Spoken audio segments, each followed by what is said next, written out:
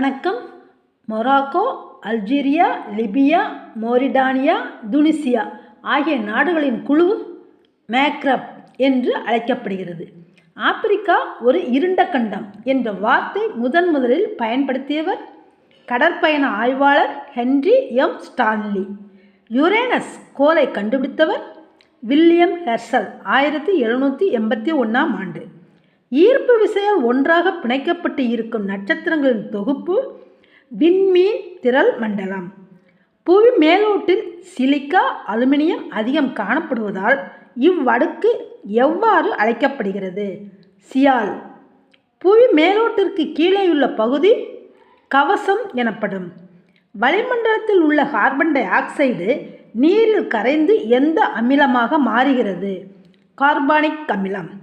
கார்பனாக்கம் காரணமாக உருவாவது குகைகள். பாறைகளில் விரிசல்கள் ஏற்பட்டு சிதைவுறும் நிகழ்வு நீர்கொள்ளல் எனப்படும். நன்றி.